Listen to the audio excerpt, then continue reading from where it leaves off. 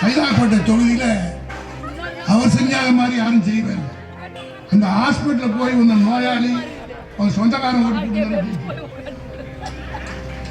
அவனுக்கெல்லாம் நல்ல சேவை வராது. அப்புறம் சொல்றேன் 96 இருந்து 2001 வரை இவ்வளவு சாதனை சாதித்தீர்களே, தோற்றுவிட்டீர்களே என்று சொன்னபோது தலைவர் மிகுந்த உற்சாகத்தோடு இடத்துல சொன்னார், அடுத்து தேர்தல் வருவது, அந்த தேர்தலில் வெற்றி பெறுவதற்கு இப்பொழுதுதான் இன்று முதல் நாங்கள் வாய்க்கால் வெட்டி கொண்டிருக்கிறோம்.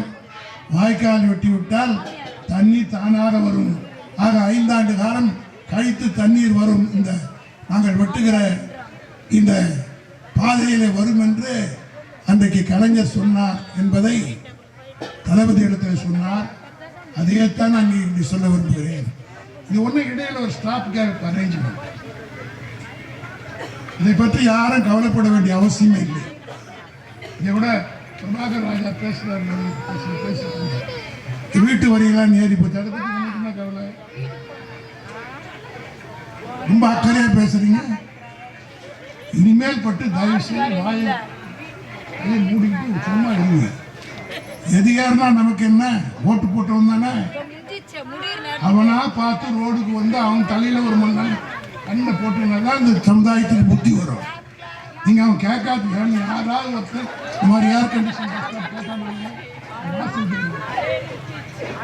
கண்டிஷன் பஸ் ஸ்டாப் கட்டினீங்க, எல்லா மிஷினுக்கு ஓட்டு போட்டு போற கஞ்சாட்சி உட்காந்து.